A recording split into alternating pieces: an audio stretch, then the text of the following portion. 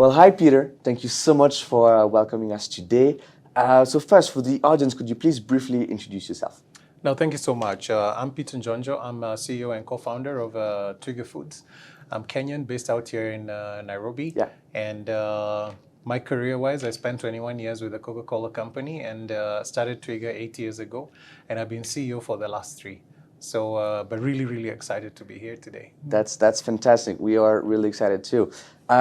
What is Twiga? In just a few words, what is the mission and the purpose behind the company?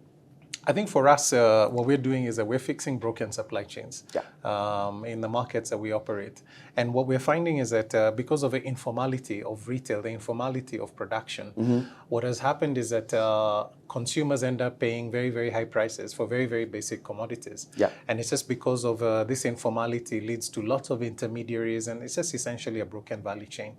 So what we see ourselves as Twiga is reforming this value chains, figuring out a way in which we can fix this value chains to ensure that producers can get to consumers with the lowest cost possible, and hence starting the transformation of making food more accessible and more affordable.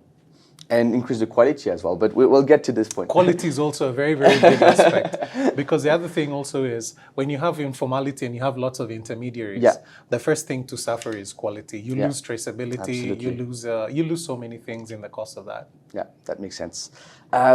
Going back to the problem, in Africa, it's safe to say that we're not on track to achieve SDG 2 by 2030, so end hunger and malnutrition and achieve food security for all. There's still 280 million people that still suffer from food security and that lack access to accessible food.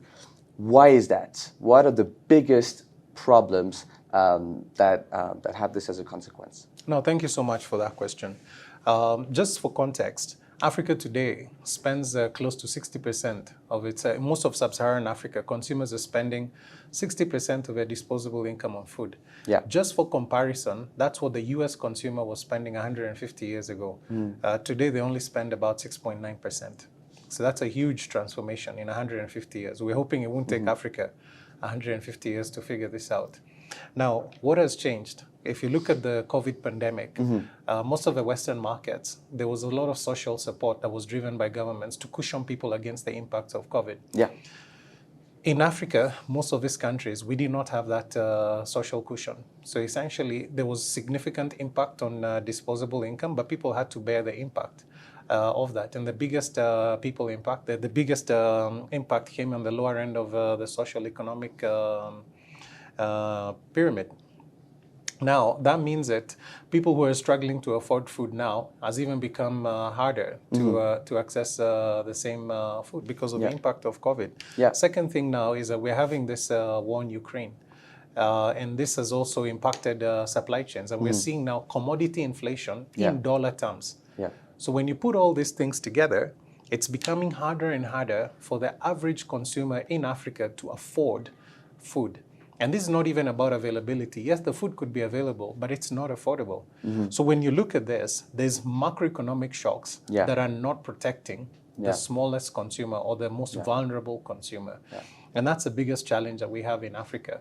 And the key thing is that we need to figure out how to internalize some of these supply chains and make them more efficient. Absolutely. And lowering the cost of food. Because unless we do that, the key thing is that we can have big strategic objectives that talk about food security, but unless something physically changes on the ground in terms of how food is produced and distributed, then that will remain a dream. Because the key thing is that the macroeconomic shocks will not end. Yesterday was COVID. Today was the war that we're seeing in Ukraine. Tomorrow will be something else. And it'll be a series of events. Before you know it, there's going to be another geographical or like maybe climatic disaster that will then maybe even make it a little bit more difficult. So you're chasing an ongoing or moving target. So there needs to be something that is internally focused in terms of how can Africa produce the food that it needs. Yeah. And that's basically what I feel will make this huge transformation. And restore the efficiency of the retail market and in Kenya, but also in sub-Saharan Africa. Because the key thing is that if you don't look at how food then gets to the consumer, you then also don't solve that problem. The key thing is that today, half of the food produced doesn't make it to the consumer. It gets wasted through losses in the process. So when you think about it from that perspective, it's just not important to produce the food. It's important to reduce the amount of food being wasted. Absolutely. And when you put all that together, is when you start seeing the impact of efficient local supply chains and what they can do to the continent. If you look at, for example, the Netherlands, 100 years ago, the Netherlands had a lot of smallholder farmers. And today, if you look at the Netherlands, you don't have smallholder farmers. But there's been a lot of consolidation over the last 100 years.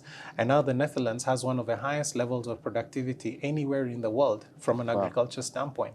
So the key thing is that there's transformation that Africa needs to go through in terms of how food is produced and how food is distributed. And that has made food accessible to nearly everybody. And the whole idea around hunger in places like Europe, although it exists in certain quarters, is not as prevalent as Africa. Absolutely. And if we look at the current situation in Nairobi, but in other cities as well, there's a lot of people that basically are fed thanks to informal vendors, thanks to informal retailers. So there's vendors, there's small shops, there's vendors and the slum in different parts of the cities. And one big problem, and please stop me if I'm wrong, is that supply is fragmented. So it's very hard to connect retailers, so vendors, smallholders, the owners of small shops, with the producers, connect them directly so there's less intermediaries, and so the quality of the food can increase as well because it doesn't root in warehouses. Can you please elaborate on that? No, that's a very interesting point, and I think it's a core to the problem that you're seeing in Africa. So if you look at what has happened in places like Europe and the US in the last 100 years, in the US, for example, the two largest retailers control close to $1 trillion of consumer spend. That's a lot of consolidation that has happened. It means that if I'm a farmer in the US, I'm more worried about market access. I have a big distribution center that I can go plug into and take all my produce. If I meet a certain quality requirement, they will buy everything that I have. That creates a lot of certainty. If you look at Europe, big retailers, Tesco, Asda, Carrefour, Auchan, all these are big retailers that have built scale, which means that supply is very, very efficient and they've actually consolidated consumer spend. If you look at food production in Africa today, everything that is happening at an industrial level is supplying these retailers. So if you look at, for example, a market like Kenya, all the big industrial commercial farms supply big retailers in Europe. If you go to Cote d'Ivoire, it's the same thing. The big banana plantations are all supplying big retailers in Europe. There's a reason for that. What the retail industry has done is to provide structured access to the domestic market. Now, we don't have that structured domestic market in Africa. So everything is in this informal retailers. When you have it in the informal retailers, no one has the confidence to then make significant investments in terms of supply chain improvement to supply that industry, because access to that market is highly uncertain. So then food production and food ecosystems then tend to be informal, where it's a balance of subsistence and commercial, where you're then saying that, look, I'll then farm on a small scale, whatever I'll not sell, I'll eat. Now, if that's the basis of countries relying on that kind of ecosystem will not make countries food secure. It'll not bring efficiency. When I look at, for example, markets like Ghana today, the tomato industry is being decimated by importations of tomato paste from Spain and Europe. Why? Because the industry is so inefficient, and at some point, there's an inflection where importation makes more sense. When I look at Kenya, most of the garlic in Kenya is from China. Right? Why? Because at some point, when there's an increase in inefficiency, it makes it viable to import product. And you have a lot of resources here in Kenya. And we have a lot of resources here. When I look at, for example, tilapia now is coming in from China. Why? Because the cost of animal foods in China is more competitive than Kenya. So it's more cost effective to ship tilapia into Kenya. I was in Kinshasa the other day, and all the onions in the open air market were from the Netherlands. That's crazy. So when you start thinking about it from that perspective, the key thing is that food systems in Africa are collapsing due to the inefficiency of local production. Yeah. And there's a need to rethink about how do we then start maybe creating more efficient ecosystems for food production, but at the same time avoiding the same mistakes maybe Europe or the US did when they moved to industrial farms. How do you do this more sustainably? Yeah. So those are some of the things that we're grappling with on the continent right now. Thank you very much for these insights. Now, what is Twiga's solution? What have you developed over the past few years to address the challenges that we just mentioned? So the key thing is that, let me first of all just summarize the challenges. Please do. So the first challenge that you have, especially from an informal retail standpoint, is the informality of the supply chain. Yeah. And the informality of supply chain brings a lot of intermediaries. Yes. Sometimes even 6 intermediaries between processors and the sellers. Yeah. So that informality, significant inefficiency. The second challenge that we've seen in the industry is around quality. When you have this informality, quality suffers. And quality leads to wastage of food. And when I talk about wastage of food, in some instances, we're seeing up to 50% post-harvest losses. That's crazy. In terms of food that is lost. The third inefficiency that we see is around working capital. Retailers buy what they can afford, not what their customers need. So there's a huge out of stock at any particular point in time in the market. If I'm looking at a particular product, I could walk on a street and today it would be 50% out of stock. Tomorrow it would still be 50% out of stock, but with different retailers. That's basically the level of inconsistency that you have in the market. So the way we look at ourselves as Twiga is the first thing is that we've actually built a modern supply chain. Where we are today is one of the most sophisticated distribution centers that you have in East and Central Africa. Yeah. So when you build a supply chain infrastructure like this, what it does is that it increases significant efficiency. Our throughput per square meter is 5x higher than any other facility in the country. And I can say that in confidence because I know where we're coming from and the amount of throughput that we had in that facility. When you start building that type of efficient supply chain, it starts taking cost out of the equation. Yeah. And then we've then used technology to build a sophisticated last mile distribution. Our vehicles today cover 14,000 kilometers every day, which means that every 3 days we go around the world in terms of the mileage that we cover. And they transport the food directly from the farmers to the retailers. To the retailers. So we do door-to-door delivery, and we've done this leveraging technology and building a lot of efficiency. When you take all that into account, we've taken a huge bottleneck around supply chain, and we've taken that out. And essentially, we provide that service for free to our retailers. The second big challenge is around food production. Yes. We've tried so many things in terms of supporting different types of farming methods. And what we've done is that we've now resolved to building our own nucleus farm. There are certain value chains that we're finding that we're not getting much progress or success in the market. So we've built our own farm. And this farm, we've basically brought in agronomy expertise from Europe, from the US, from markets like South Africa, where farming is a lot more sophisticated. And we've leapfrogged a couple of generations in terms of what we're able to do on that farm. This farm is 650 hectares, but we're going to produce about 150,000 metric tons of fresh produce annually. And just to give you scale, just in showing you the level of inefficiency that we have, is that in another 3 months, we will be producing about 5% of Kenya's total tomatoes. Or we'll actually be producing about 30% of Nairobi's total requirements in onions. Which makes you the biggest food retailer in the country, right? Exactly. But the key thing is that, think about the amount of land that we've utilized to achieve that. And it just shows you that the level of productivity that is lacking in farming in Africa. The third piece, which is a very, very important piece, is around working capital. Yes. So now we've started using analytics to provide retailers with working capital financing, because we realize that unless you support some of these retailers financially, they will not have the means to afford the inventory they need to meet their customer needs. So So we've built a financial product that is embedded in our app, and we've now started financing retailers, and it's just really taken off. The amount of money that we're lending is growing by about 50% every month on month, compounded since And what about January. default payments? What about the outcomes of that? We have one of the lowest rates of default. Our default rates are less than 1.7% of the entire portfolio. So, and you can see and the other thing also is that 60% of the amount that we lend out is repaid in the first 48 hours. And why is that? What do you think? Because the key thing is that most of these retailers, they just need a bridge. Like, just give me some breathing space so that I can sell and pay back to you. So, and because everything is high velocity, they come, buy, sell, pay. Buy, sell, pay.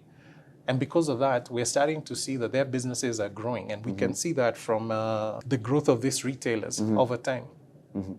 Thank you. Thank you so much. Now, going back to the solution that you've been designing, the platform and the app that retailers and producers can use.